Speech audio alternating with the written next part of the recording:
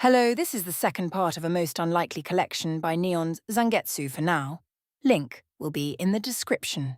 All author's notes have been removed between chapters. Also, any NSFW scene will be removed. This part will cover Chapter 10 to 40. Chapter 10, a most unlikely brawler I like to fight. That's the long and short of it. Some say it came naturally to me. It didn't. It just came. I happened to be good at cracking skulls. I didn't have any choice, you see. In this world, it's kill or be killed. I learned that lesson the hard way. When I was 5, I beat a boy half to death. He thought it would be fun to gang up on me with his friends, to laugh at me for having no parents. When I was 7, his father tried to kill me, so I broke their nose. When I was 10, someone tried to slip into my apartment and knife me in the dead of night. I broke their neck. By the time I was 11, I excelled as physical combat. It was rough, it was crude, but I didn't care. At 13, I beat the Sasuke into the ground. It was the one thing nobody could take away from me. I was good at fighting. They didn't want me to graduate because I hurt their precious Uchiha. That's fine. I didn't care. I turned right around and found the best unarmed fighter I could. His name was Might Guy. Don't look at me like that. I was never his student. Not really.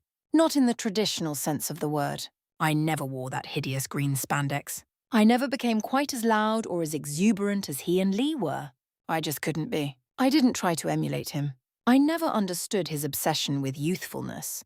But damn if I didn't learn a few things from him. I discovered that I'd gained an absurd healing factor. That I could train as hard as I wanted and be fit to fight again in less than an hour. That there really wasn't an upper limit on my physical strength. It just kept shooting up and up. Up! Team 7 went on their little bridge mission. They lost a teammate. I didn't care. Team 7 entered the Chunin exams. Sasuke died. I didn't care. The world kept spinning and I kept training. One day I flattened Neji with a single punch. I'll never forget the gobsmacked look on his face. Or the kiss Tentine gave me for that. Worth. You don't nearly kill your cousin and act like it's fate. I kept knocking that smug little prick down until I finally knocked some sense into him. You see, Guy had taught me something, to be true to myself. By the time that I learned the secret of the 8 gates on my own, because he simply refused to teach me it, I began to realize that I didn't want to become Hokage anymore. Pranks were all well and good, but I saw the way the village looked at me. I didn't much care for it, not when I had the strength to flatten most of them with a single punch. They could keep me in the Jinnin Corps all they liked, but they couldn't keep me from trying to train, to fight, to get stronger. I trained until my hair fell out, until I achieved an impossible power. Strength doesn't just come from your fists. It comes from determination. When the village was invaded during the finals, I somehow found myself roped into it. More my fault for wanting to watch the fights. I should have kept my nose out of it, but I couldn't help myself. Orochimaru's barrier popped like a soap bubble. The snake didn't last much longer. Credit where it was due, it took 2 punches to beat Gaara. One for him and one for Shukaku. It's a bit of a miracle that the former lived. Shame about his demon, though. By then I was almost annoyed. Fighting wasn't fun anymore. Not when I could level anything with 1 punch. Where was the challenge? Where was the excitement? I tried sealing my strength, but that didn't work either. The power I had acquired wasn't chakra-based or energy-related, but pure physical strength. When the Hokage offered me a headband and asked me to become a proper ninja, I thought about. I really did, but I refused. No, by then I didn't want to go on missions. I spat at the idea. They'd already failed me how many times, and now they wanted me because I was strong, because I'd saved them from Gaara and Orochimaru. I knew the goodwill wouldn't last. It never does. So I packed my things, said my goodbyes to everyone and left. Not for power, not for strength, but for excitement. I wanted to fight strong opponents. Somewhere along the line, I realized fighting had become a passion of mine, a goal, something by which to measure myself. So I sought strong opponents and never looked back. It wasn't as if they could stop me. So come on, let's go. Put up your dukes. You're about to have a bad time, bub. Chapter 11, A Most Unlikely Explorer. Men rely on tools. It's simply what we do. It is our nature, you see. From one thing to another, first came fire, then stone, iron, steel. We learned to invent, to create, to make what we did not have. What we could not surpass with simple brute strength, we soon sought to outwit. What we cannot understand, we instead seek to destroy. Pitiful, isn't it? I think we care too much. That's the problem with mankind, I've found.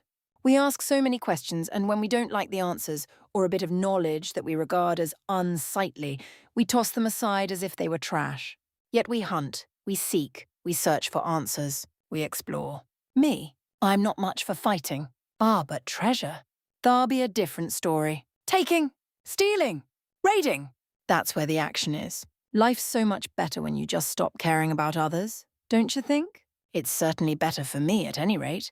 I learned that lesson when I turned 12. Hokage? Shinobi? Bah! Give me the wind in my sails and the salty spray of the sea on my face any day. Simpler that way. And all this came about from me blundering with the scroll of sealing. What? I thought it was a test.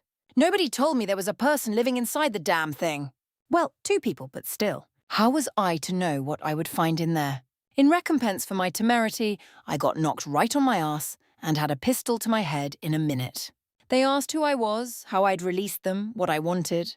Their names were Anne Bonny and Mary Reed. Servants, legendary beings who were both brought into this world and summarily sealed away by the 4th Hokage. How do you trap a living person in a scroll, I wonder? How does that even work? Does time just stop for them inside there? Regardless, in freeing them, I became bound to them. Or perhaps they were bound to me. Was it the other way around? Meh. Semantics. Never quite understood the concept of that. But they couldn't stay in this world without me there to anchor them. The moment I released them, they began to fade away within minutes. Without an anchor, they were little more than an old wreck of a ship, drifting on the tides. Lost. Adrift. They needed someone to stabilize them. So I did. Why? 'Cause they were the first to talk to me. Really talk to me as if I was somebody. They named me their first mate. As if that was something to be proud of. We didn't even have a ship back then. I was little more than an idiot kid, one who barely knew his way around his first shadow clone jutsu. Yet when Mizuki came waltzing in, he had a bad time. A demon, am I? Well, this demon killed the mouthy Chunin who tricked him, took the scroll of sealing, left the village and never looked back. Did you really think I would return something that valuable? No, never. The secrets locked away inside this thing made me a force to be feared. Because I learned every one of them. I discovered the truth of what servants were and what mages used to be. It was only a matter of time before I learned just where they came from. Anne and Mary called it the throne as best they could. After that, we just had to break reality. So I did. I explored the countryside with them, gathered up my brothers and sister Jinchuriki, stole them away from each of their villages, and convinced them to join me. Oh, the stories I could tell. The years that went by. It was glorious. We made our way to Wave, took apart a nasty old businessman calling himself Gatu, and stole a ship. Together at sea, we joined forces. We pooled our powers, and then reality just broke. Only for a moment, but it was enough. I felt it. I saw it. I managed to touch the root without being drawn in and was changed for it. So much energy. So much information, knowledge, power, the likes of which I can't even begin to describe in this diary. I could tell you exactly how many versions of myself exist in the multiverse. I could tell you the name of the true threat. But I won't. I sealed all that knowledge off and locked it away, keeping only what I needed. Even then now, the world was never the same. We took more ships, built what we didn't have. Mist learned that the hard way. We sacked them and took all they had. Then we decided the sea wasn't enough and went inland. We were explorers and thieves, to be sure, but we wanted adventure. Excitement! Glory. Once you understand the theory behind it, it's easy to summon a servant. If you've got an abundance of energy, all the more. Now, most shinobi have a fixed amount of chakra. Sure, you can increase your reserves, but once you reach a certain point, that's it. Jinchuriki have all their chakra, in addition to those of their guests. Of course, once I learned how to do it, I had to teach others. Fair share in the crew and whatnot. Now tell me, what happens when Nin Jinchuriki share their powers? Oh ho ho ho. That's a lot of energy for a lot of servants. We drowned the Akatsuki in sheer numbers and every threat that came after them. I still stayed with my girls. Didn't have eyes for anyone but them. Even figured out how to reincarnate them as human beings with all of their power intact. Sure, there were some hiccups along the way, some rebellions, a bunch of stray enemies to put down. But in the end, our merry little band quite large, now ruled through sheer strength of arms. Anyone who stepped out of line or tried a coup d'etat looking at you, Mephistopheles, was swiftly put down. When you can give a servant a second life and all they've ever wanted, they're pretty damn loyal to you. Now I've got a whole fleet of powerhouses sailing under my command. Life is good. I don't like to fight, but I will. Eh? What's that? I'm a faker? Not the real Naruto. Just a scoundrel who got lucky? Yep, you figured it out. I'm just a branch, one of many paths fate could take. Think of me as a conduit, a terminal. I am, and both and am not, Naruto Uzumaki. I tip my hat to you. But this faker aims to have the time of his life. I've got all I need here, me ship, me crew, me girls, and a hoard of treasure that would make even Fafnir the dragon turn green with envy. I am the scourge of land and sea alike, a wastrel with no regard for his own life save to live it for as long as I can. But life grows boring when you've raided and ruled everything from the land to the sea. Eh? What's this now? An invitation? Challenge, you say? A gathering of true heroes. Why the hell not? Not like I'm getting any younger. Draw your cutlasses and drink up me hearty's Tild. Emiya, my boy. We'll be needing an extra large breakfast for everyone this morning. Tilda. Karna, go find your brother. If he isn't still brooding, put the slacker to work, Tilda. B, check to see if Few's still hungover. We're going to need a gust, Tild. Blackbeard, get my coat. Drake, turn the fleet about, Tilda. Somebody pry Q and Fergus out of their tankards, Tilda. Anne, Mary, take the wheel and set a heading, Tild. All right, lads. Let's all raise a glass, Tilda. It's time for another party, Tilda. Chapter 12. A most unlikely game. Life's a game, wouldn't you say? We all laugh and live and play. Each of us, each and every one of us, go through the motions that we call life. We eat, we sleep, we work, rinse and repeat. Little pockets of monotony broken up by random events, brief starbursts of joy and happiness that fade just as quickly as they came. Because life is a game, and we all want to win, don't we? You don't play a game to lose. Civilian, criminal, or shinobi, we all play to win. The losers die, the winners live to fight again, be it in the streets or the alleys or even the sheets. That's what it means to play the game called life. But what happens when you don't get what you want? What happens when you lose? When you fail? Tell me, what happens when you kick a dog one too many times? It turns mean, of course. Even the most loyal mutt will eventually snap and snarl at all those who come near it, fearing that they'll be hurt again. Just as we have light in us, so too do we hold and hide our own little pockets of darkness. It can happen to anyone, really. One bad day. One poor decision leads to another and another still, a spiraling pattern that you're not quite aware of. But by the time you realize what you've done, what you've become, it's too late to stop. It happened to me early in my life, a simple and devastating change. You see, everyone was always glaring at me, whispering behind my back. In another world, I'd been naively blind to it all. But in this one, I noticed. I actually asked them to stop. They pelted me with stones. I cried. They laughed at me. I tried to make them notice me by acting out through pranks and other mischief. Their scorn only grew deeper with every year. You'll never amount to anything. They all said those words to me time and again. I ignored them for so very long, I thought I would prove them wrong. And one day, I had a horrible thought. What if they were right about me? What if I was fooling myself? Was it all just a trick? A joke? They failed me out of the academy 4 times. Funny thing, it was always the laughter that stuck with me. Those mocking jeers, those snickers. It wasn't funny. They stepped on me one too many times. Kicked me when I was down until finally, something broke. My pranks were harmless for years. Everyone always underestimated them, and by definition, me. Yes, they were harmless, until quite suddenly, they weren't. You'd be surprised what happens when you mix certain chemicals together. Have you seen what acid paint can do to stone? No? How about skin? Those Anbu never did recover. Wire traps are a nasty piece of business by themselves. Pair the bastards with 1 or 2 kunai and a few explosive tags, and you'd be downright amazed what they can do. Everyone wanted to blame the demon brat, but they never found proof. I covered my tracks. Eventually, it became obvious I couldn't keep doing this, least of all when a certain Uchiha was killed by one of my traps, so the village had to go. Rather, I did. Mizuki simply gave me the excuse. Steal the scroll of sealing and learn a jutsu from it. Bah, As if that would let me achieve my ambition. Life's a game, you see, and I play to win. That night, I stole the Leaf's greatest secrets and left him holding the bag. Shadow clones are a sight useful if you're clever. While they held a public execution for poor Mizuki and Naruto, I had already a way to join the first hidden village that would take me. Onoki proved rather accommodating in the coming years, until Akatsuki came calling. When they tried to rip that damn fox out of me, I survived. Through sheer bloody force of will. Instead of draining me, I drained their statue. It left me with 9 individual voices in my head, 9 beasts of chakra who refused to become the 10 tails. 9 minds who were of one accord regarding the moon's eye plan.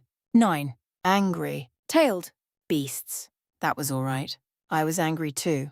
So I let them put myself back together, sat up, and blew Toby's precious hideout to Kingdom Come. I think he was too stunned to stop me. Still, that left me with a world's worth and power and nothing to do. After that, I kept making my traps, games, puzzles, deadly gauntlets that I ran my people through for kicks. Some survived, some didn't. Sick? Twisted? Deranged, you say? Probably. I'm just a dog chasing cars. I wouldn't know what to do if I caught one, much less if someone survived one of my puzzles. When 2 kids actually did, I adopted them and taught that boy and girl everything I knew. I was nothing, it not fair. If you survived, you earned a second chance. If not, well, really, it's almost funny. They say villains never prosper, but I don't consider myself a villain. I'm just someone who likes to gamble. To play games, roll the dice. Can't you just play along? It'd be so much easier for all of us if you did. Life's just a bad joke, really. We're all just waiting for the punchline. Eh? What's this? An invitation now? Sure. Why the hell not? I want to play a game. Chapter 13, A Most Unlikely Detective Life is a Mystery. Throughout history, we have always pondered the great truths of existence, of crime, of what the world is. Why are we here? Why are we alive? Why do good men do bad things? Why do bad men do good things? Why? That is the question now, isn't? I don't know when I took an interest in such things. Perhaps it was the praise, the accolades that came with solving crimes. Who knew? Turns out I actually had the mind for it once I learned to focus, to concentrate. So what if I was dead last in school? Failure only made my inevitable success all the more heady. I like solving crimes. I like catching villains. I love puzzling out a mystery until it became addicting all the same. Consider this for a moment. Where did we all come from? How did this begin? Who is the prime Naruto? From whence did all these servants spawn? There has to be an answer. I just know it. Across time, across the multiverse somewhere. Somewhen, somehow. The answer is out there, waiting to be found. And I'll be the one to find it. But I can't solve this mystery alone. That wouldn't work. I'll need help. Assistance. Magical or otherwise. I'll leave my assistant to watch the shop for a bit. For if life is a mystery, then I must surely solve it. Very well. I think I'll accept this challenge. I'll fight in this faker's so-called war. Solve its mysteries and more. It's what I stand for. Chapter 14, A Most Unlikely Glimpse. Well, well, well. Looks like the old worm has been laid to rest, eh? Rather handily at that. Seems my warning did him little good. That's not surprising. In all my calculations, in every outcome, Matu Zuken has only ever succeeded once. One time. Thousands of battles and only a single victory to show for it. In a lone, rotten world. I may have to go and trim that universe, actually. Despite any scenario where Zuken seizes the Holy Grail for himself. It always ends badly, but in a world where he actually wins, no, we can't have that. There can't be a clear-cut winner yet, not before everyone meets. Still, I didn't expect Jester to take that failed girl under his wing. I almost thought he'd kill her, put her out of her misery. Not that I'm disappointed, mind you. It just goes to show that even now, I'm still not omniscient. Life they can still surprise me. Jester was always an anomaly. A miscalculation on my part. In that world, I didn't have to interfere at all. He was born, lived, died, and went to the throne of heroes entirely of his own doing. All because of this Sans creature. Who was he? Where did he come from? I don't know. Not even Jester does. Not really. Is it possible for entities from other worlds to cross over with our own? If so, that would be fascinating. My vision may extend to worlds I'm aware of, but beyond that, nothing. Still, this is wonderful. It means my experiment was a success. I haven't been this pleased since the big three. Berserker, Assassin, Caster. The original trio, the ones who started it all. Their journeys are nearly over now. As for the others, well, I can see the rest of my brothers, and the odd sister here and there, branching out now. All but 2 have been summoned. Some are fighting for a holy grail of their own in wars great and small. Others have started wars of their own. Some seek to protect, others to avenge. Some cling to their realms, or their faltering beliefs. Others remain hell-bent on destruction. Some refuse to fight. Some refuse to hurt. Some had to be culled for the greater good. Some had to be pushed into it. Like King and Drifter, all it took was a little nudge on the forces of the world, a few bad dreams here and there, and they unwittingly did my bidding. Speaking of bidding, I may have to pay Beast a visit. He's become a tad too aggressive, you see. We can't let him upset the balance just yet. It would be such a shame if something were to happen to those poor, unfortunate souls, don't you think? Beast. Bah! Even his given title is a farce. He's no true beast, though he thinks himself such. The true beast would shatter his very soul. What a shame. I didn't even have to goad that false creature into doing what he did. It truly was just a horrible misunderstanding. That one had so much potential. Instead, he squanders it, hunting down his other selves. More often than not, he loses too. Bites off more than he can chew. An adequate distraction, perhaps, while I arrange the pieces on the board, but he may have outlived his usefulness. None of them are aware of me. None of them know I exist. Well, it's high time I changed that, don't you think? And wouldn't you know it? I know just where to start. With a shield. I don't know why, but that purity of his irks me somehow. Perhaps he reminds me of what I once was, what I used to be, before I became this. That one's just as bad as Saver, but at least Saver went and got himself laid. Shielder. Pure bastard that he is, reminds me of Glass. Like Temptress. Clever of Beast to cut her out of him. But he made a mistake. In removing the good in him, he created something different. Something new. One good hard smack in the ideals, and she might break. Or she might grow as a person and reforge herself into a being truly worthy of pursuing. Who knows? The potential there excites me, but no. Shielder first. A man must show restraint, after all. Oh dear, my family's calling me. Is it time for dinner already? I'll see you soon. Chapter 15. A most unlikely anomaly. Cleopatra opened her eyes, which was rather baffling, given that she didn't remember answering this summons in the first place. As the light faded, she forced herself to squint up at the faded walls of the warehouse. At least she assumed it to be such, and struggled to find an answer. She was alone. Of that much she was certain. She sensed no servant, no mage, no anything. No, it was almost as if someone had dragged her right out of the throne. She hadn't wanted to answer the call of any mere magician, much less one so beneath her stations. She'd been actively refusing any such summons for a reason, after all. Yet someone had forced her to respond. Rather, she hadn't been able to ignore this one. The tiniest glimmer of curiosity, and then she was hauled through. Dragged kicking and screaming to the other side. Hello? Her voice, that sole solitary word, echoed endlessly against the empty. No one answered her. A muscle jumped in her jaw as she turned to face the nearest window. How rude of them. She was certain someone must be here. She could clearly see the summoning circle by the dim light of the crescent moon. So where? And so, when the shadows shifted, you know, a rough voice intoned behind her, I've been waiting a long time to meet a servant. Can't say I'm impressed. Instinct shrieked a warning and she spun, and she saw. Clad in a battered and tattered orange and black jacket with matching trousers, the young man looked as though he'd stepped right off the battlefield. Though he bore no wounds, his body was covered dirt, and upon closer inspection he appeared to be missing an arm. No, he was missing an arm. She could see the awkward bandages ending just below the elbow of his left arm. Something about the blank look in his eyes filled her with dread, and yet her mind instantly revolted at his appalling fashion sense. Nope. Her first thought was cut the contract, but a command spell caught her in mid-step, sending her tumbling to the floor. A pair of cold blue eyes blazed back down at her, and despite herself she flinched away. By contrast, her master's smile was entirely too fierce for her liking. Welcome to the war, Your Majesty. She'd learned to loathe that term. Chapter 16. A most unlikely idol, Elizabeth Bathory considered herself an idol. Yes, She might be a little tone-deaf poor thing and might be deliberately ignoring a horrid part of her past, but she still thought of herself as an idol nevertheless. Unlike some, she was perfectly willing to answer when she was summoned forth from the throne, if only because it gave her an opportunity to step out and see the world again. After the disaster with the little squirrel Hakuno, she wanted nothing more than to do as she pleased, consequences be damned.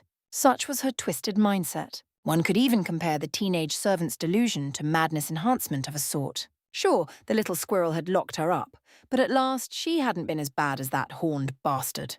Just thinking of that whiskered face and that mad grin made her shiver. For all intensive purposes, he was the devil. As such, she thought nothing of answering this summoning as a lancer in this incarnation. All that changed when someone promptly pinched her cheek and made her yelp. Sure enough, she found a familiar pair of blue eyes gazing back at her. "I want another servant." The poor lancer positively flailed. "What? Why? What did I do? I'll be good, I promise." "Don't send me back!" Chapter 17. A Most Unlikely Snow. Naruto laid the flowers on Ilya's grave. It was a simple action, yet his hands still trembled traitorously in the doing, fingers threatening to drop the drying bouquet prematurely, lest his legs finally fail and buckle beneath him.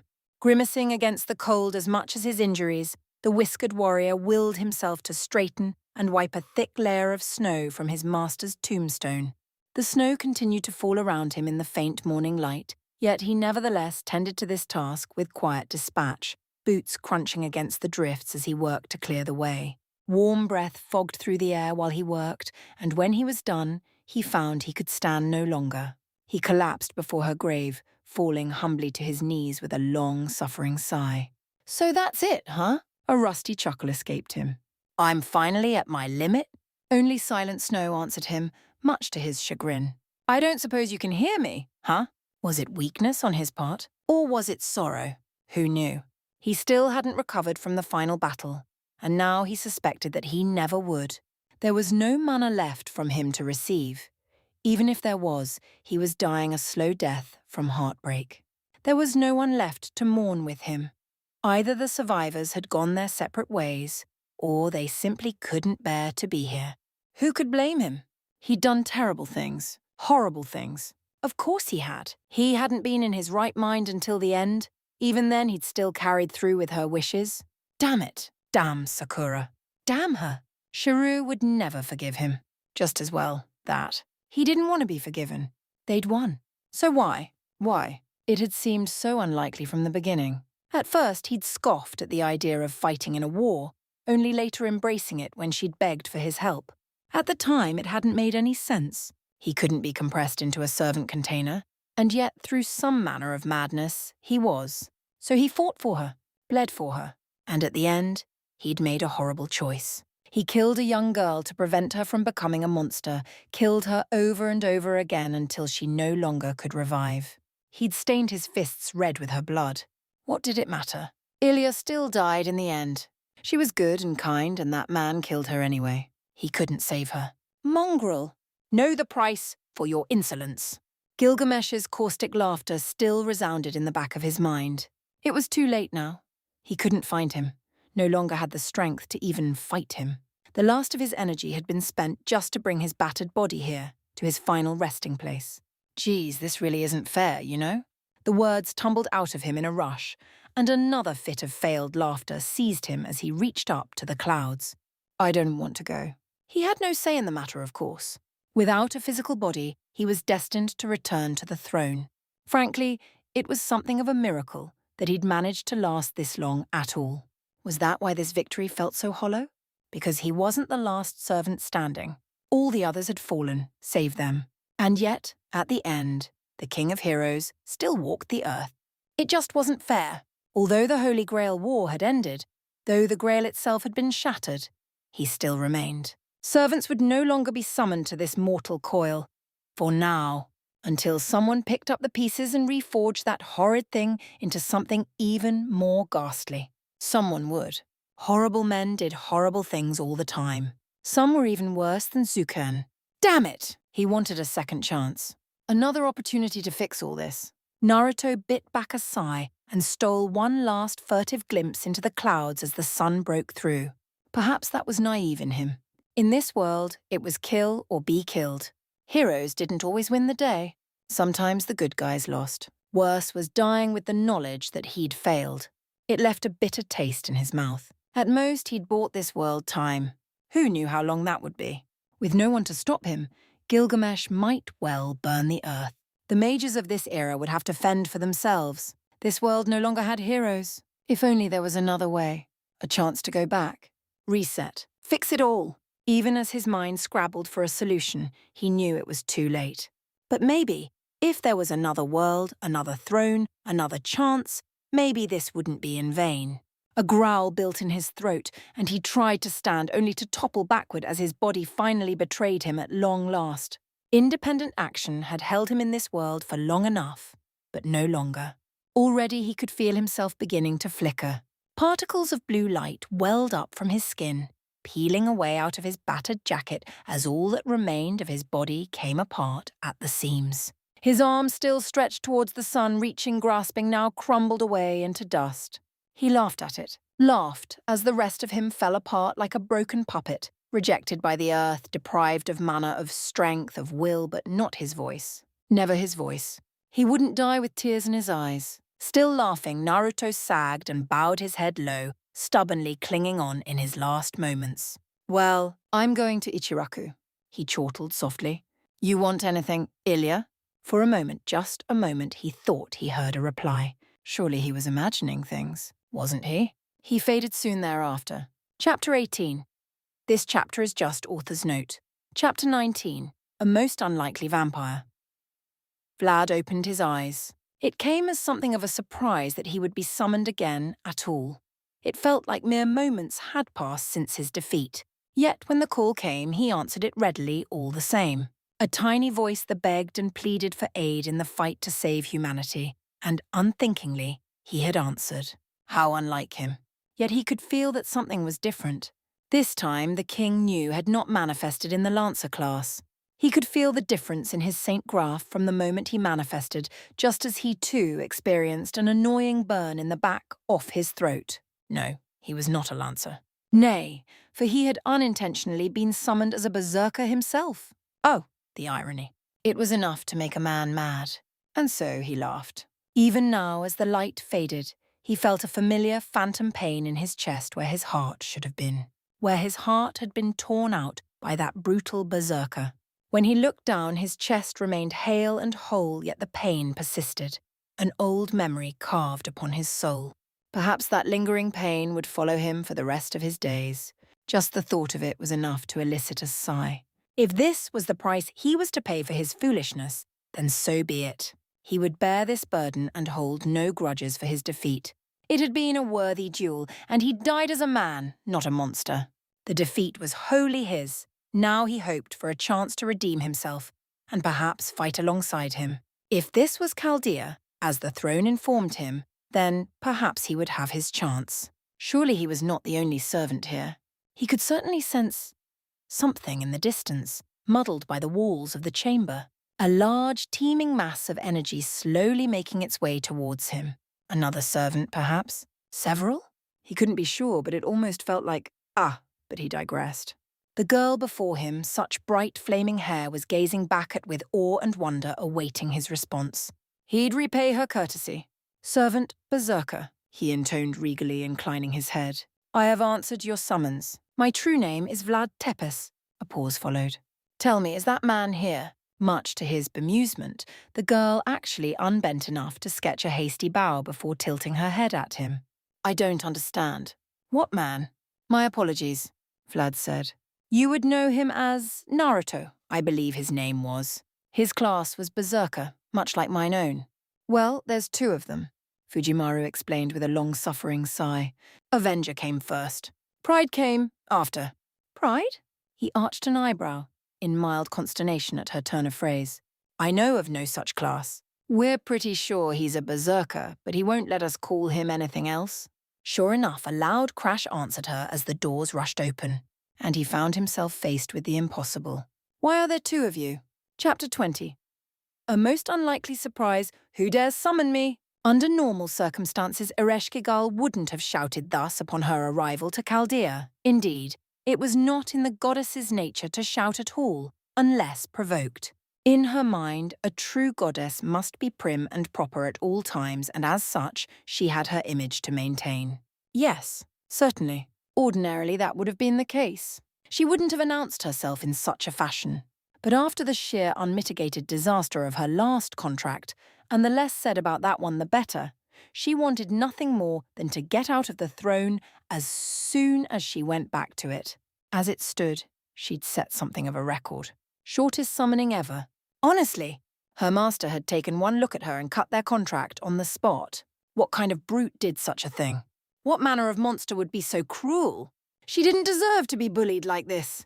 Thus, when the call came down from Chaldea, she'd been all too happy to answer it. She didn't care if humanity needed her. Frankly, she just wanted to be needed by someone at all. Her pride was in tatters already. She'd even gone so far as to possess another body similar to her last one just to manifest at all. That may have affected her mindset a bit, but even so, she was determined not to be thrown away this time. Ishtar wouldn't let her live that first failure down before. She'd never hear the end of it if there was a second. And if that meant she had to make a bit of a ruckus and inspire a touch of fear, then so be it. But nobody came. Indeed, the blonde goddess found herself alone in the summoning chamber altogether. Instead of the warm welcome or the master she'd expected, she found only 4 looming walls and a terribly scorched ceiling awaiting her baffled gaze. Whoops! Perhaps she should have held back a bit. But still, where was everyone? She knew this was Chaldea. Indeed, it must be. The throne had blazed that information in the back of her mind like an angry red ember. So where was everyone? Moi! A soft, bored yawn greeted her. I wasn't sleeping. Definitely not sleeping. Did someone actually show up this time? Aghast, the goddess looked down. Sprawled out near the doors leading to the summoning chamber, no wonder she hadn't seen her, a young girl clad in a yellow kimono was only just now beginning to stir. A half-eaten chocolate bar lay stuck to her cheek, suggesting she'd fallen asleep on it somehow, but that soon proved to be the least of her concerns. Said girl took one look at her and thrashed upright with an indignant sputter. During said thrashing, Ereshkigal glimpsed a pair of horns jutting out of her forehead amidst her golden hair. She, whomever she was, wasn't human. Words clamoured in Eresh's head as she flailed her arms, to no avail. But you, where? Nah, I'm no master. The girl waved flippantly in answer to her unspoken question. I'm just Ibaraki. We went and set the summoning system to automatic. Damn thing uses Saint Quartz randomly once a day. Didn't expect someone to actually answer at this hour. Oh, well then, that was disheartening. Still, it left the matter of this creature. A small, scornful smile twitched at her lips. And just who are you, brat? Of course she rose to the bait. The girl gave a low growl and swatted her hand away. Hey, watch your tongue, missy. I'm not a brat. I'm an Oni. There's a difference, idiot. My boss told me to stand guard here and guard the gate. The little Oni informed her, puffing her diminutive chest out proudly as she presented her given task. He wanted me to keep watch for thoughts so they don't disturb him. A pause pushed itself between them. Wait. At last, Ibaraki wrinkled her nose. Although, come to think of it, are you a thought? Eresh felt her jaw come unhinged as she gaped down at this unassuming girl. And then the words caught up with her all at once. Why, you little... Oh, for the love of... A new voice rumbled. What's all this? All at once, the doors behind them rushed up with a hiss of steam to reveal the one who'd raised their voice. Whatever threat Ereshkigal might made withered away on her lips as she beheld the newcomer. If only because he looked so damnedly familiar. Bright blue eyes squinted at her beneath blonde bangs, his whiskered cheeks pinching in a mild scowl as lazily he scratched the centre of his forehead. One had but to glimpse the twin blue horns jutting out there to realise that this man wasn't wholly human either, for better or worse. He looked like he'd crawled out of bed. Indeed, he wore little more than black slacks and a tattered orange shirt that looked to have seen better days indeed. With a jaw-popping yaw, the young master scratched his horns anew, gave her a searching look. Really? You arrived now? It's midnight. I was sleeping, you know. Ibaraki saw the opportunity and pounced. Boss, I found a thought. Her head snapped toward the Oni. I will end your life. Such was Ereshkigal's first evening in Chaldea. She did not fare well. Chapter 21. A Most Unlikely Mage. Amazing. Fascinating, fascinating, fascinating. Life is absolutely marvelous, wouldn't you agree? Throughout time and space, there's so much to do, so much to see and be. Countless mystics' miracles since the dawn of Earth. And from the time I was small, I wanted to see them all, understand them all. What is a tailed beast? Some manner of phantasmal or something more? What is magic for that matter? Are they related? Parallel to one another? The same? One could argue that magic circuits and chakra coils stem from the same branch of knowledge, but I would argue otherwise. To this day, I haven't solved this mystery. At a glance, it resembles chakra, yet in that same vein, it's so much more. Magic can do what chakra cannot, can't it? As for me, my change stemmed from a simple insult, really. A tiny ripple in an otherwise placid pond, one with far-reaching consequences. Looking back, one might not think a single stray word would have such far-reaching consequences. But it did. Everyone called me an idiot. I can't even remember their faces anymore, or their names. But I'll never forget the sound of their voices, those low, angry growls, the pain of broken bones. I first felt that pain when I was kicked out of the orphanage, then again when I flunked out of the academy for the first time, and the second, third, fourth, fifth, and they were right. In the beginning, I was naught but a blonde buffoon with nothing but a loud voice and a sullen demon to my name. Pranks availed me nothing. Questions gained me nothing. Shouting gained me nothing. No, it became abundantly clear that no one was going to teach me anything. So I taught myself. I snuck into the library whenever I could, stole scrolls when I couldn't. My mind was made up. If no one would help me, then why should I concern myself with helping them? More often than not, I was caught, but that didn't discourage me. If anything, it only emboldened my efforts. When I finally worked up the nerve to steal the infamous scroll of sealing myself, it was wholly of my own volition. There was no Mizuki to prod me into action. I pored over arcane texts wherever I could find them, and in doing so, reached an understanding that would turn even the sternest sage green with envy. It was then, at the lowest point in my life, that someone approached me. He called himself Solomon, King of Mages. He offered me a golden chalice, something he called the Holy Grail, and asked me what I would be willing to trade for such knowledge. Wisdom and strength such as I'd never known. Perhaps had I known the truth of what he was back then, what he had planned for the world. No, it wouldn't have changed my answer. The answer was obvious. I couldn't give him my legs. I needed those. But what I didn't need, in exchange for nigh unlimited power. Compared to that, what's the price of my left arm? Or you're my right eye? I gave him both. I'll never forgive his laugh, or the words that followed. Yes, that's what I was expecting. I traded both not for power but for knowledge, to see into the unseen, to know the unknown. In time, I built myself a better arm of peerless steel and crafted an eye that could see death itself. I consider myself a scholar, first and foremost, so I've slaughtered a few 100,000 in my day. They were bad people. They had to go. I offer no justifications for my deeds. Hero? Villain? I scoff at those gaudy titles. Let history label me as they will. Humanity can burn for all I care.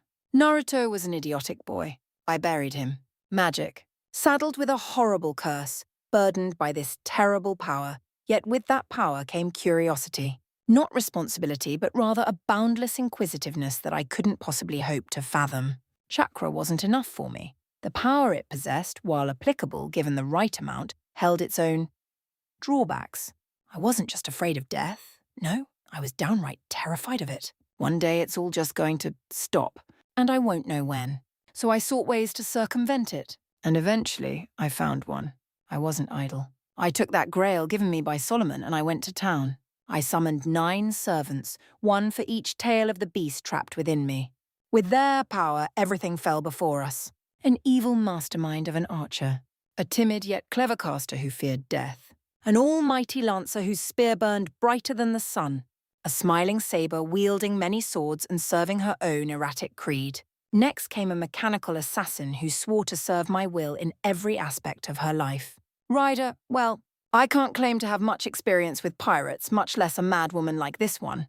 And then... So we have Berserker.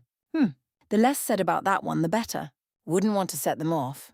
As if Avenger would allow that. She's called the Dragon Witch for a reason, after all. They all swore to serve me. It's all one grand experiment, really.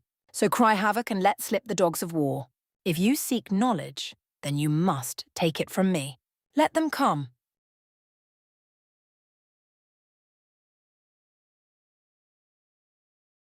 Chapter 22. A Most Unlikely Surprise. It would seem the universe doesn't like its peas mixed with its porridge. Or was it cookies mixed with cake? Avenger was fairly certain the saying was something along those lines. Semantics, he supposed. The throne of heroes was a strange thing. Heroes from the past, present, and even the far-flung future could be summoned here to Chaldea. Many had, in fact. He even recognized a few new arrival. Or rather, they recognized another incarnation of him. Bloody confusing, that. Really, fun wasn't something one considered when trying to save the human order. But this? This put a smile on his face. Damn it! Someone howled in the distance. One more time. Naruto watched the light writhe and twist in the summoning chamber below, resolving into blazing rings of indigo radiance. Seemed the young master was particularly determined today. This attempt would mark the 9th summoning this morning, and still not a single servant to be seen. Just useless black keys and craft essences. With the luck she was having, it might yet be more of the same. Or it might not. Who could say? Summoning a servant was a bit like gambling in that regard. The risks were always high, but oh, the prize. So, he jammed both hands into his coat pockets. Are we taking bets, Alter? Serve? Artoria looked up beside, a hamburger wedged in her mouth. Golden eyes blinked back at him guilelessly. Really? A blonde brow rose. That's your 10th burger today. Aren't you being a bit of a glutton? Ho? Before his very eyes, Saber choked the entire thing down without so much as swallowing, planted one hand on her hip and fixed him with fearsome scowl. Do you have a death wish, Avenger? Her visage took on a hooded expression. That wasn't what you said last night. A faint flush touched whiskered cheeks. Last night you weren't stuffing your face. Her grin turned vicious. No, but you certainly were devouring. Moving on! He flung another glance back to the glass before she could finish that sentence. Below them the light built, as the orbs spun, framing 3 rings around the chamber. He'd glimpsed rainbow orbs for a sliver of a second there. That was a good thing, right? Bets. Are we taking them or not? And what is yours? He shrugged. Pretty sure it'll be a dupe. Saber frowned for a moment, tilted her head in consideration, and favored him with a smirk. Then it will be someone new, she declared with the utmost of certainty. I'll gladly bet against you. Woman's intuition, eh? Didn't think you owe? Her elbow slammed into his ribs, cutting him off. What was that for? His old friend shot him a withering glower. For being you. Fair enough, he muttered, rubbing his side. And the wager? What wager? He hadn't been serious about it, but now his fellow Alter, looking at him most intently. Her fingers locked onto his arm, denying him an escape. Oh, fine. What would Saber be willing to wager? Servants had next to no resources to offer beyond themselves, and the idea of money interested neither of them. Food? Nope. Neither could cook to save their lives. That was a task best left to Archer. Wait, Archer? An idea struck him, inspired by Chaldea's resident cook. It might just be mad enough to catch Artoria's eye. Loser has to do whatever the winner says for an entire day. Alter squeezed his sleeve with an eerie hunger in her eyes. I'll take that wager. Regardless, as the light burst and faded below them once more, Naruto found himself questioning his earlier bet. A hazy figure resolved itself against the smoke. That didn't look like anyone they knew, and, well, that was a rather large weapon for one so small. Just what kind of servant were they? From this distance he saw only a speck of red and black, dark hair tinted red at the tips. It did little to assuage his concerns, leaning forward even less so. Alter mirrored the motion beside him. Who or what is that? Servant Lancer! A strangely familiar voice chirruped happily. Hello, Tilda. I've come for cookies. Hey, is Yang here? An unfamiliar pain bloomed in the back of Naruto's head. He felt his right eye begin to twitch. Well, she sounds chipper enough. Might as well go and greet the new arrival. After making their way down, they found themselves face to face with a wee sprite of a girl, shorter ever than Alter herself. Bright silver orbs regarded them with open curiosity. As he'd seen before, she was clad in a red and black combat dress. But what truly baffled them was the towering weapon she held in her right hand. It was at least twice the size of her, yet she twirled it almost lazily before collapsing it behind her back. What a weight that must have been. Yet for reasons he couldn't understand, she seemed utterly unfazed by it until she saw them. Silver eyes burned impossibly bright. You. She stabbed a finger at Naruto. Me? A blonde brow rose. Hey! With a delighted cry, the girl vanished in a cloud of red petals and slammed into Avenger, ripping him away from Artoria as she bowled him over. Naruto crashed onto his back, and the self-proclaimed Lancer landed on his chest, pinning him there with her knees. When he tried to rise, she snapped forward, slamming her forehead against his.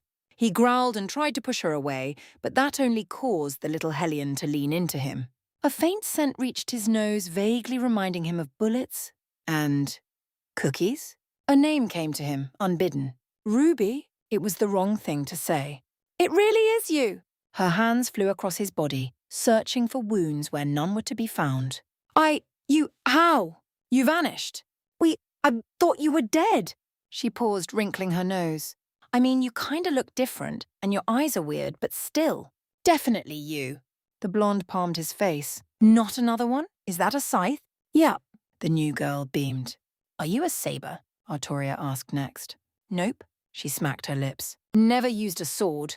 Avenger and Saber exchanged a mystified look. Finally, the former spoke. How in the blue hell does wielding a scythe qualify you for anything resembling a lancer? Dunno, the aptly named Lancer shrugged. But before I forget, she grabbed Naruto by his collar, eyes intent. You made me a promise, remember? Avenger grimaced. He really hadn't. They'd never met. Stupid throne. It must have been another Naruto, another of his incarnations. Had to be. He tried to ignore the voice crying out in the back of his head, but it rose up in him regardless. It would not be denied. For all his attempts to shove it down, it shouted all the louder. Ruby Rose dipped her head and pressed her lips to his. Chapter 23. A Most Unlikely Family. Hey, Dad. They say a man's home is his castle. Dad! Come on! I want a train. And is there any Finger Kingdom than the bedroom? Dad! Get up already! But today, the sanctity of that castle had been breached by an intruder. It was a very nice jump, Naruto thought. A good kick. Perfectly timed, perfectly poised. He felt the very moment a pair of tiny feet landed on his stomach. Air burst from his lungs, blue eyes bulging, snapping open now as a fresh surge pain rocketed through him. Cheery aqua orbs met his, wild and brimming with life. Of course, this was his daughter after all. Mornin' Tilda. Little Mordred snapped off a cheery salute. Husband? Morgan smiled in her sleep. Your daughter is awake. Naruto slumped back to the bed with a sigh. Before sunrise, Mordred's your daughter. Mordred sulked. Hey, don't go back to sleep. Wake up, damn it, hey. Her words peaked into a yelp as Morgan grabbed her and hauled her back to bed. Oh, she put up a token resistance at fist, but that crumbled when Naruto looped an arm around them both.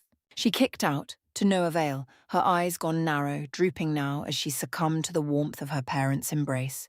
No fair, not sleepy. Little Mordred most certainly was. Within moments, the three of them were fast asleep once more. Chapter 24, A Most Unlikely Class Mash absolutely squealed. It's so nice to finally meet another shielder. The servant before her balked. Nice to meet you too. Well, what did you say your name was? Well, the name's John Ark, the newcomer faltered, running a hand through his hair. Short, sweet, rolls off the tongue, ladies love it. Naruto clamped a hand over his mouth and he leaned against the wall of the summoning chamber, trying in vain to stifle his mirth. Don't laugh. He mustn't laugh. Absolutely not. Nope. If he started now, he knew he wouldn't be able to stop. And once he did, it would draw everyone's eyes to him. Still, it didn't stop him from grinning like a loon as Mash pumped the poor servant's arm up and down. Still, he supposed she had good reason to be. It wasn't every day they summoned a shielder to their ranks. He hadn't seen her this energetic since the 6th singularity. Good for her. At a glance, this second shielder wasn't much to look at. A young man in his late teens bearing shaggy blonde hair and blue eyes, clad in a bits of armor embossed with gold. He knew better. For all the new youth's initial awkwardness, there was a certain strength about him. A staid boldness even as Mash and Fujimaru welcomed him to Chaldea. No rookie, this. He'd seen combat, but where the devil was his shield? He didn't see it anywhere on him. Oh. Keen eyes settled on his choice of weaponry. It was the sheath, wasn't it? Huh. Not bad. His fellow blonde cast about, looking for help and finding a fellow servant. Castor? A little help here? No, no, by all means. His companion waved him on with a bemused smile, pale eyes flashing like fire as she enjoyed her tea. Don't let me stop you. Seriously. Nor was this Joan Arc the only one they'd summoned.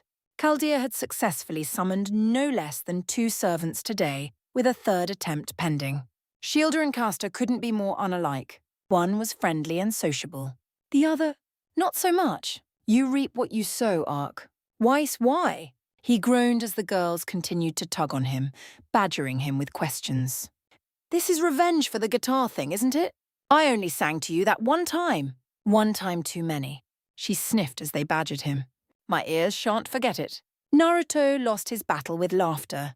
He doubled over and hooted loudly, slapping at his knee. Ooh, you're not much better. The Schnee clicked her tongue at him. Berserker, was it? Whatever do you find so funny? Your little tsundere act, for one. He wagged a blonde brow at her. You his girlfriend? Her pale face flamed a startling shade of scarlet. No, nay, never. Well, you were summoned back to back. He only laughed louder when she took a swipe at him. Silly girl. Really, this was the life. When his family answered the summons to Chaldea so long ago, they'd not expected half of the insanity he found here. Really, it made him look downright sane. And he was the one with Madness Enhancement EX for crying out loud. Behind him, the summoning circles spun up anew, albeit briefly. It wasn't so much a pulse as it was a flicker, but it clearly brought something, because the doors opened. At this angle, he couldn't get a good look at the newcomer. The faint tap-tap-tap of distant footfalls caught his ears and had him fending off Weiss's verbal assault, one which cut off into a sudden gasp. Weiss? Naruto craned his neck, only to find her hiding her mouth behind both hands. Her eyes were terribly wide. You all right? Servant Lancer. A rich female voice hummed behind him. I have answer your summon, Jaune. Shielder whirled. Pyrrha? Most servants didn't retain their memories. It went without saying. Or so it had, until the singularities. The throne was a tricky thing. In the beginning, most new arrivals didn't know one another. But as their missions spun across realms, it appeared to have given up, for lack of a better term. These days, most servants knew one another, in some form or another. Judging by their stricken expressions, this was certainly the case. Neither Shielder nor Lancer said another word, as though afraid the other might shatter into glass. Eventually, one of them broke the tableau and stepped forward. He didn't see who, but someone must have, because quite suddenly, they were in one another's arms, embracing, babbling a mile a minute. The heck is she? Naruto muttered aside to Weiss. They know each other. More than that, she hissed back. Much more. Watch. Pyrrha burst into tears and grabbed Jaune. Then she crushed her lips to his. Naruto gave a low whistle. Oh, Chapter 25. A most unlikely witch. You are not my consort. Kudako tilted her head, then tilted it some more. Naruto's palm met his forehead. Not this shtick again. By comparison, Mash's reaction was far more pronounced. Berserker? Her words rang off the walls of the summoning chamber. Do you know her? That was the question, wasn't it? Seemed most servants knew him these days, even if they hailed from other words. Well, he scratched his cheek as he regarded the scowling, four-armed blue woman before him. Seems like she knows a different version of me. Can't say I met a witch in white before. Rani, was it? Keeping one hand up to show himself harmless, he dared a step forward. Let me guess, you're a caster, right? Said woman in white regarded him keenly. She looked fit to bite, lone eye narrowed upon him. Why was the other closed? Strange girl. When he dared a step forward, she drew backwards to match him. The temperature dropped, plummeted really, though she said not a word at all. When he took another step forward, she absolutely hissed. No closer, imposter. A staff came out, ancient and deadly. Who are you? What is this place? Where are mine friends and family? What have you done with Blade? Whoever she was powerful. With the throne broken, it wasn't unusual to meet someone in their prime these days. Rare, but not impossible. She certainly speaks strange. Answer me, or I shall freeze you to the bone. Mash saved him, bless her simple soul. Miss, this Chaldea. As to the rest, I'm afraid it's a bit of a long story. Then I shall see for myself. A hand snapped out, snagging Naruto by the chin, turning his face from side to side. Hell, she practically inspected his teeth like some brood mare. He laughed and let her. Mash gasped, even as Fujimaru chuckled behind him and snapped a picture. He'd have to delete that before Morgan saw. You look just like him. He heard the witch before him mutter. 'Tis not fair. Her brow furrowed. Say something he would say. Like what? Rani scowled. Anything. I care not. Is there a particular reason why you're blue? Or have 4 arms? His words cut off in a sputtering laugh as a blast of ice struck him in the face. Chapter 26. A most unlikely morning. Good morning, Tilda. Naruto heard the cry mere moments before the impact. It didn't save him. Nope, not a bit, not a jot, and certainly not a thought. He'd only just begun to open his eyes when someone, slammed into his torso, landing on him with all the weight of a dumbbell. Breath blasted from his lungs and he snapped upright with a start, hands rising reflexively to grasp his would-be attacker. He wasn't surprised when they grasped back, all but nuzzling themselves against him. Against his better judgment, he creaked an eye open. A bright-eyed girl grinned up at him from his arms, all of 7 years old. Perfect in every way, a flawless blend of him and her mother. The impish smile that currently wreathed her whiskered cheeks, however. That was every bit his genes at work. Almost brought a tear to his eye. It did. She'd be a proud prankster someday. It's morning, she informed him primly as if he weren't aware. You said we could train this weekend. So I did. He stifled a yawn. You gotta stop jumping on me. Though, Maeve... Kurama groaned in the back of his head. Feisty little thing. Why, though? She blinked up at him with peerless mystic eyes, the very same that she'd inherited from her mother. Mama's already awake. Before sunrise, she's your daughter. Naruto craned his neck to the other side of the bed. Sure enough, her mother rolled over with a long-suffering sigh. She went by as many names as she did titles. Medusa, Rider, Gorgon, Avenger, the love of his life. He could spend an hour describing how he felt about her and still it wouldn't be anywhere near enough. Certainly not, because now she was giving him that look. Naughty girls will be punished. Maeve had the good grace to gulp as he held her. Uh-oh. Medusa pounced. Their daughter squealed as her mother tickled her senseless. Chapter 27. A most unlikely proposal, marry me? Quetzalcoatl blinked. Once. Twice. Thrice now. All the while heat crept up her face. Distantly she felt the blush bloom in the base of her neck, seared up her cheeks, past her nose, and rushed right into her forehead. It didn't stop there. Had she a mirror, she was sure her entire body would have been red as a rose. It certainly felt like it. A string of senseless gibberish fled from her lips. Are you what, why, when, how? Calm. She had to be calm. Calm! He was her master and she his servant. They had a war to win. Yes, indeed. They were on the very cusp of victory. And then he did this. Naruto blinked up at her, the very picture of innocence, still down on one knee, oblivious to all else but her. She couldn't bring herself to respond. This boy out of time, who simply wanted to go home, to use the Fuyuki Grail to return to his era, had now utterly usurped her very thoughts. The moonlight shone through his hair, still spattered with the blood of their enemies. His chest was still healing from that grievous wound, an injury that should have killed him. Yet here he was. They'd only just dealt with Assassin, and he pulled this. Her eyes strayed back to the ring. It was a gorgeous green emerald cast in a golden band. Quetz loved emeralds. She wanted to wear it. She wanted him. Even now her body sang, wanging nothing more than to tackle him, drive him down and ravish him all over again. They'd fought through thick and thin together since he summoned her, and spirits, she cared for him. But she'd not seen this coming. No fair. No fair at all. Is that a no? 4 little words sent her heart flipping anew. No, no. Ryder cast her weapon aside and flailed her hands at him. I didn't say that. But she thumbed her chin, considering his words. I don't know if that's really a good idea. I mean, I still remember that many of my male lovers died while performing the deed with me. I'm not very good at holding back my strength. He quirked a brow. Do you think I'm that flimsy? Her master was anything but. Anyone Wood could fight side by side with her was a worthy partner. A worthy mate. We would make beautiful children together. No, no! She waved her hands at him as much as herself, fumbling over her words in her excitement. Anyone who can wrestle a servant is very strong, Seetield. It just, ah! Her will failed her and she flung up her arms, swore in her native language, and stabbed her hand down, fingers splayed with intent. Here! Credit where it was due. Naruto recognized her intent. He reached up, took her finger. The ring slid on flawlessly, resizing itself to fit her finger as she looked on. With it, the last threat of Ryder's self-control burned itself to ashes. Quetzalcoatl grabbed him and crushed her lips against his. Yes, was a perfect fit too. She'd never let him go. Never ever. Never. Chapter 28, a most unlikely dress rider looked good in white. Like really, really, really good. The kind of good that only came around once in a lifetime, you know?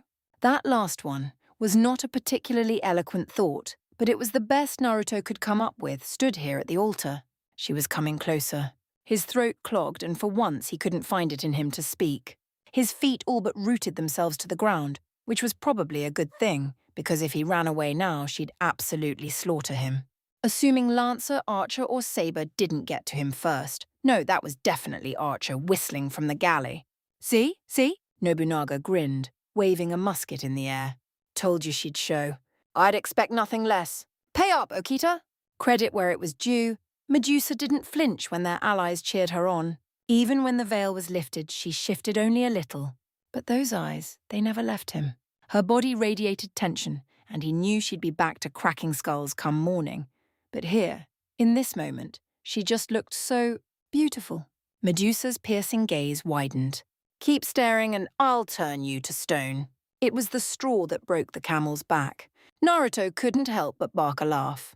Her threat lacked the rancor it once held, the very same words she'd once said during more tumultuous times, minus the faint hint of pink dusting her cheek. He could see the signs, the little twists of her knees as she fidgeted under so much attention now, just as she had then. It felt like a lifetime ago. But they were older now, the both of them, and she was about to, oh dear, when she stepped to him, and he didn't budge. His hands linked with hers to tug her yet closer. She responded by raising her arms, linking them behind his neck now. Her forehead touched his. The scent of her flooded his nose, and he became suddenly, intimately aware of her body pressed against. The priest might have muttered something. He barely heard the man's words. I do. Naruto made to yank her in, but Medusa beat him to it. Her lips crashed against his. Chapter 29. A most unlikely laugh. One did not simply prank the King of Heroes and live to tell the tale. Perhaps that was a bit of a misnomer. One certainly did. 1,000 years of death. There was a silence. A blanket of white noise fell over Chaldea like so much gentle snowfall. Mash knew it well. It was the calm before the storm. She counted down to 3, idly wondering if today would be different, if he actually managed to succeed this time, if she'd actually be able to finish her breakfast before. And then, Moongriel. Oh dear, he'd done it now. A distant rumble shook the cafeteria. Mash knew what was coming next. Most of the Chaldean servant did by now. Without missing a beat, she downed the last of her drink, whirled, grabbed Senpai, kicked their table, and dove behind it for cover. Several servants saw her and did the same. Just as well they did too, because in the next instant, Naruto Archer burst out a nearby door like an arrow loosed from a bow. The pun wasn't lost on her. He paused for a moment, flashed a merry wave in their direction, raced for the nearest door in a streak of gold. Gilgamesh barreled after him a heartbeat later, face red, sword in hand. Where is he? I'll have his head. His boot caught a tripwire one she could have sworn hadn't been there a second ago. For the life of her, Mash never knew where or how Naruto prepared them so quickly, only that he did. Even as her mind realized the awful horror of what was about to happen, she couldn't bring herself to look away. A pie swung down from the ceiling and struck Gilgamesh square in the face. The king went still as stone, frozen by sheer incredulity alone. Someone snickered. She never knew who, but it was the pebble that started the avalanche. Mongrels, the lot of you. He wiped the cream away and stormed forwards, Gate of Babylon shimmering behind him. You can all go. His foot passed through a hole that again hadn't existed a second ago. He lost his balance and crashed into, you guessed it, another pie. Huh, she heard Emiya mutter somewhere among the throng of sniggering servants. Banana cream. Not a bad choice. Not another word, fucker. Gilgamesh made it to a knee. Another pie struck the back of his skull. He whirled with a snarl. Who threw that? Cuchulainn whistled innocently, both hands linked behind his head. All hell broke, hid a rueful smile behind her hands. Such was life in Chaldea. Chapter 30. A most unlikely rider. True. Would you mind dying for me, master? Ha! What kind of question is that? If that's a joke, it ain't Fuak. An arm swept out of the shadows, looped around Shinji's throat, and slammed him against a tree. In the same instant, a razor-sharp blade kissed his jugular.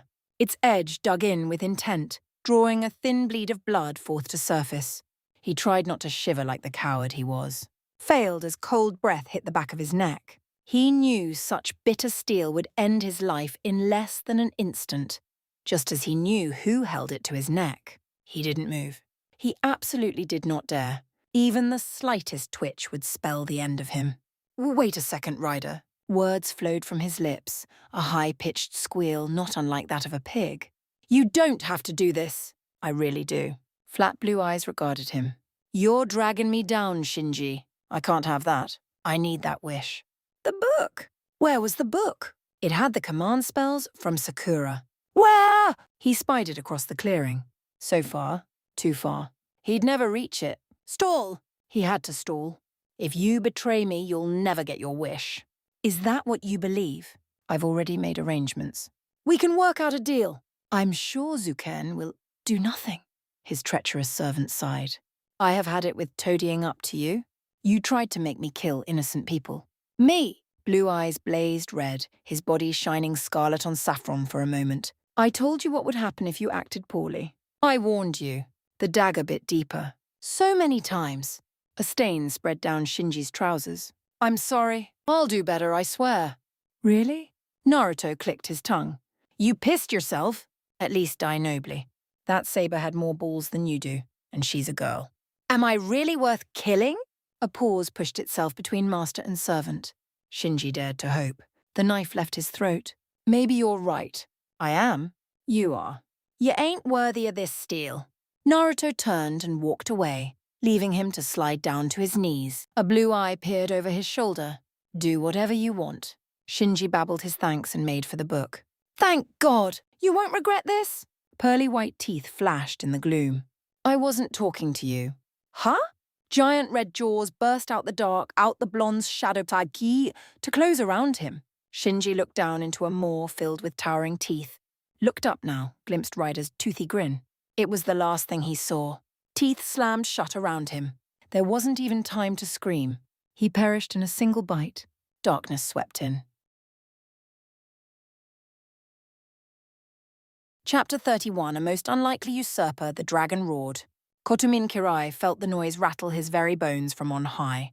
A great black beast descended through dark clouds, quite possibly the largest he'd ever seen in his life. And there, standing atop its head, he glimpsed tawny blonde hair and knew who it was. Dragon aside, only one servant was this bold, this brash. And why wouldn't he be? All the others were dead. Only he remained. He who had taken on all challenges, he who had felled them with wit and will, he who had stood aside and waited until this moment. He who finally made his move. Wretched, clever servant. Jeez! A merry voice filled the blighted sky. You guys really made a mess of things this time around. How'd you let it get this bad? A golden flash was his only warning, followed by the rasp of drawn steel escaping its sheath.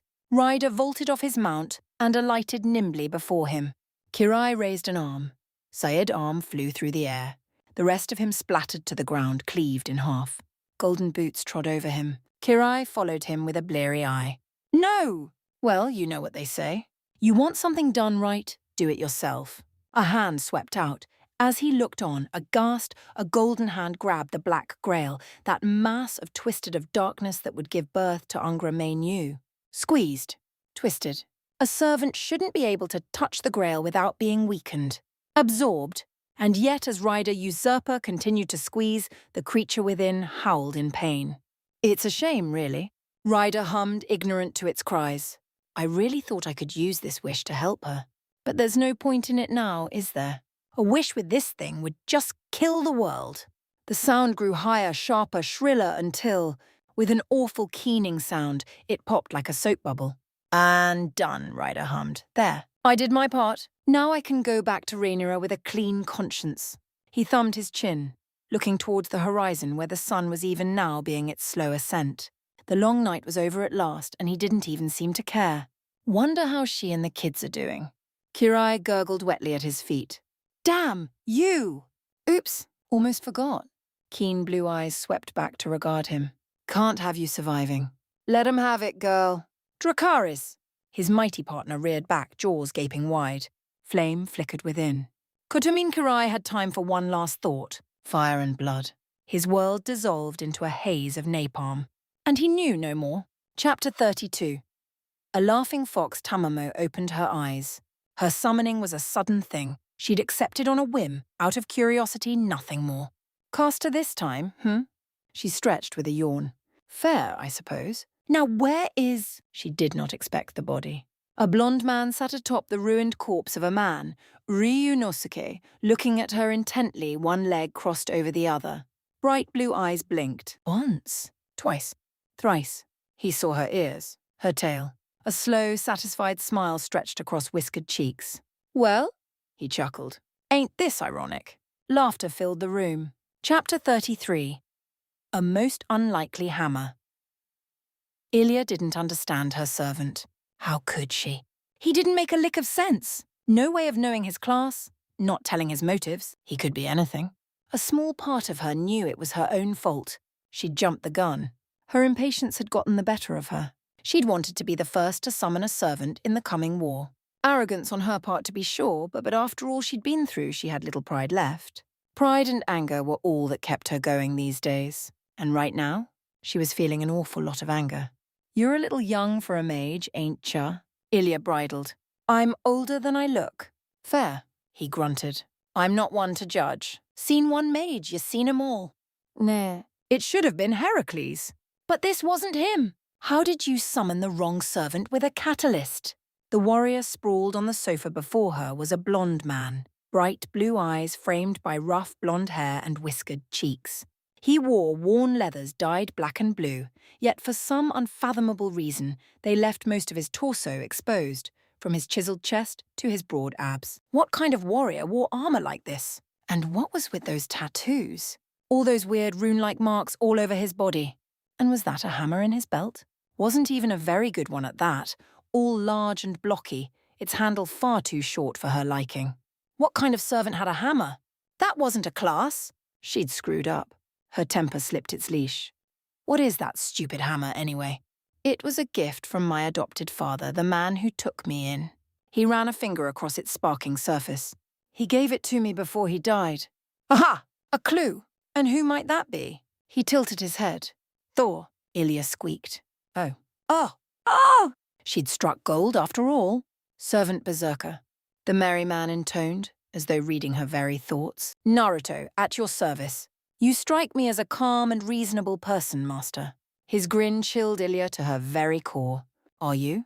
He tilted his head further, eyes sparking blue. A calm and reasonable person? Her smile matched his. And if I said no? He rose from the ruined couch and stomped his way. Oh, gods. He really was tall. Stupid body. She wished she wasn't so short. Her heart damn near stopped when he paused before her. Loomed over her now. His forehead touched her. Those lightning blue eyes sparked with glee. Then I'd say we're in business. Chapter 34. A most unlikely whistle humans were fragile. It was an undeniable fact of life, Naruto found. No matter how hard one fought or struggled or trained, their bodies broke all too easily. One good solid blow. That was all it took. A sharp twist of the neck. A quick thrust through the chest. Stomp on their head and they burst like a rotten grape. He'd seen it all. If injury or insanity or illness didn't claim them, old age eventually did. Sooner or later, death came a whistling. And when it did, that was it. You were done. Damned. Doomed. Really, the only difference was how you went out. His life had been a good one, all things considered. He'd kissed his loved ones goodbye and gone off to his final battle with a smile on his face.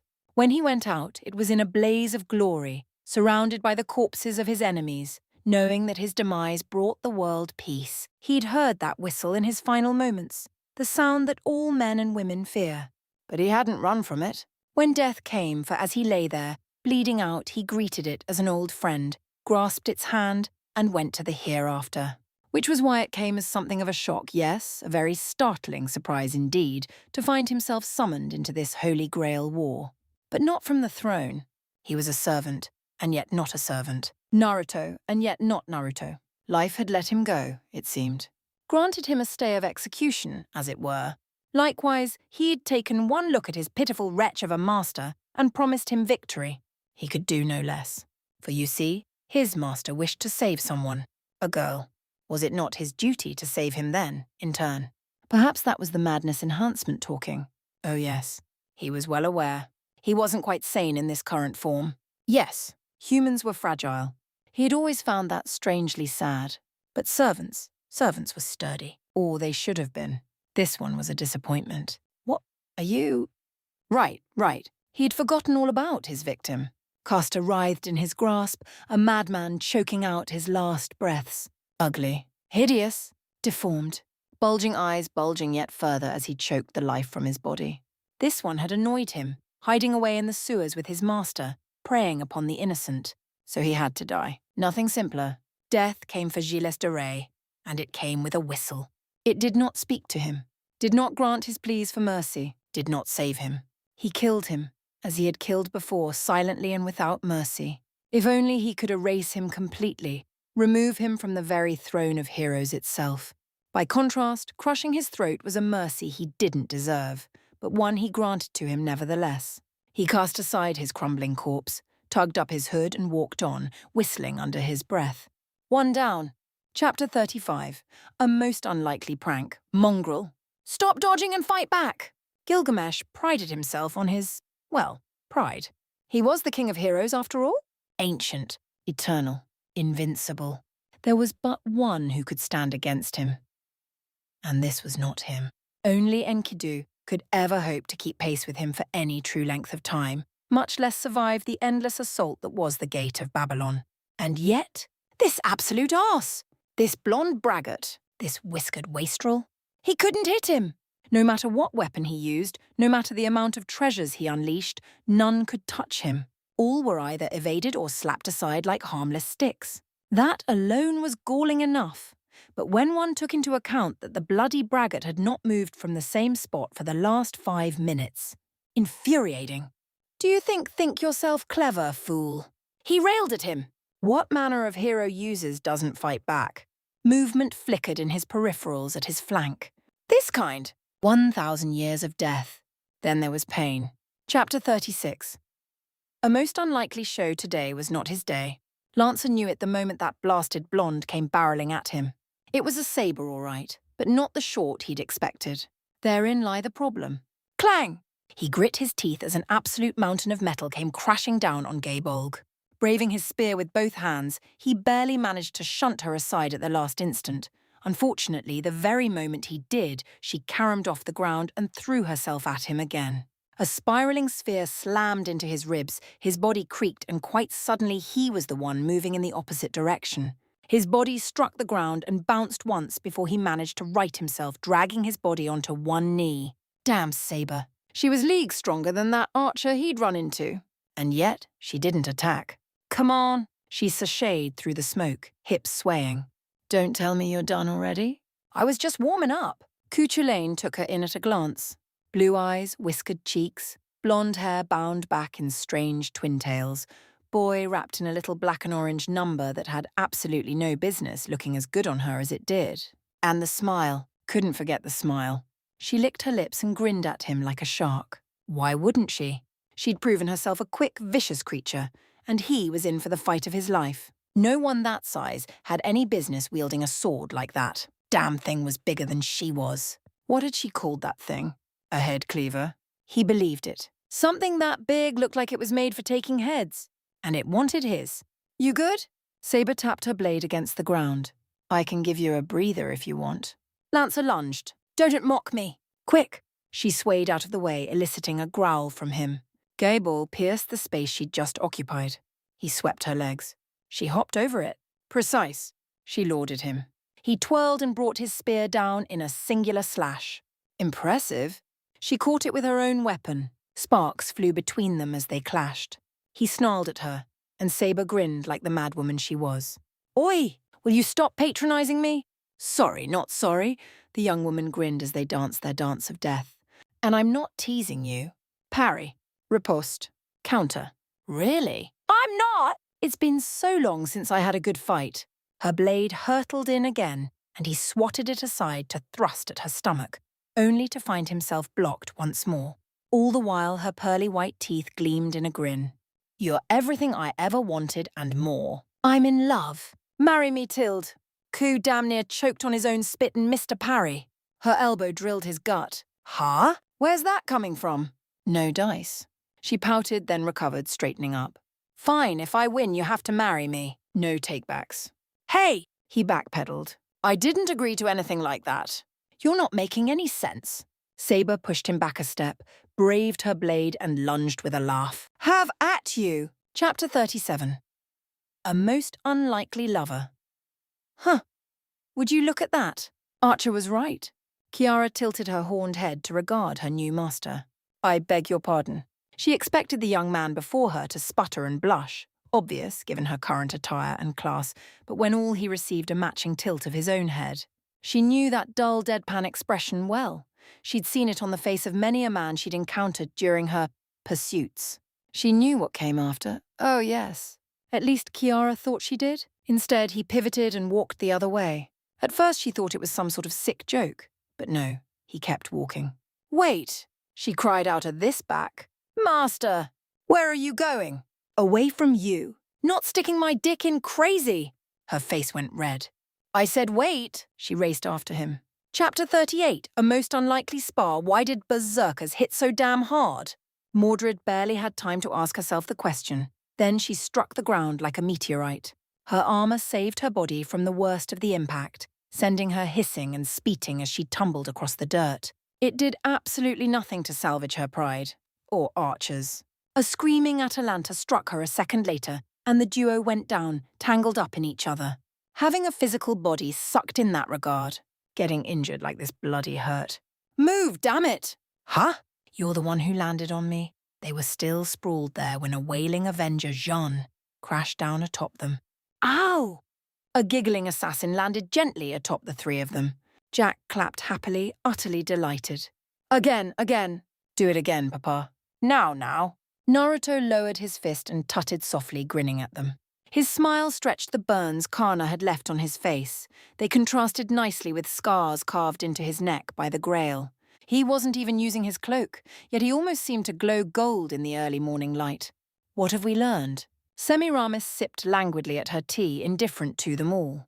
That engaging you in a fistfight is foolish? Atalanta groaned into Avenger's thigh, still thoroughly dazed. Kill her. I'll absolutely kill her. Now, that's not the lesson. Naruto looked her way. What about you, Mordred? Learn anything? Saber felt her heart skip a beat. Those old war wounds made him seem more real somehow. Learn something, he said. She was beginning to learn that she had a thing for guys with scars.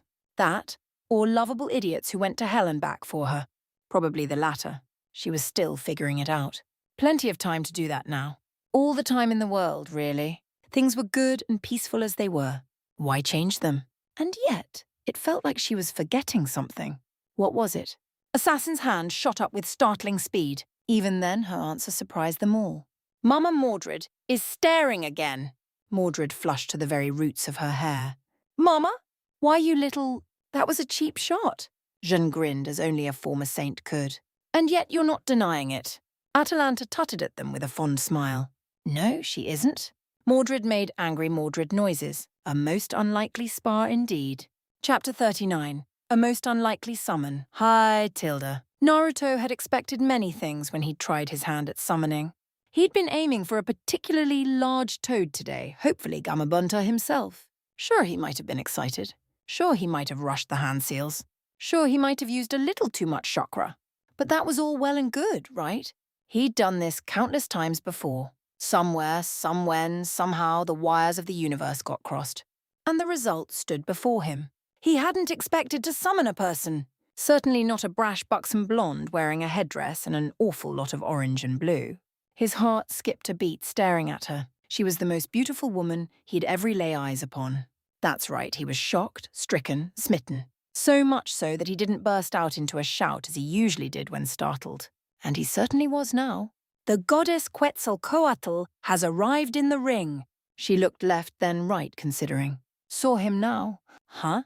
That's strange. I expected nude priests, but you're an adorable little summoner. As he looked on, his fellow blonde planted a fist on her hip, leaned forward, accidentally giving them quite the show, and flashed him a merry grin. I don't suppose you're interested in tall, older women? Jiraiya crashed backward, bleeding from the nose. Naruto pinched his own with a rueful sigh. Bit of a loaded question there. Chapter 40. A most unlikely fake. A man who knows he will die is a dangerous one. It isn't always about winning. Sometimes it's just making your enemy loses. For one can be no more assured of his death than when his enemy accepts his own. 0.0. Consciousness was a sudden thing. Likewise, the summoning was a sudden one. One moment he didn't exist. In the next, he did. With consciousness came form, and form thought. He raised his head and took a moment to reconnoiter, to remember. Memories. He remembered his life. His death, the final act of heroic spite against Kaguya, one that both damned him and saved his world. More information trickled in. He knew where he was now. What class he'd been summoned into. What he was expected to do. And the prize at hand. All this in an instant. Bright blue eyes blinked, narrowed now.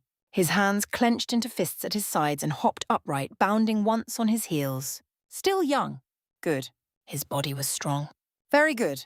Well, whiskered cheeks dimpled ever so slightly. It's been a long while, hasn't it? But before we get started. Only then did he turn to face the young, star-struck individual crouched before him. I suppose I really ought to ask the big question here. He tilted his head to regard them with a wry smile. Are you my master?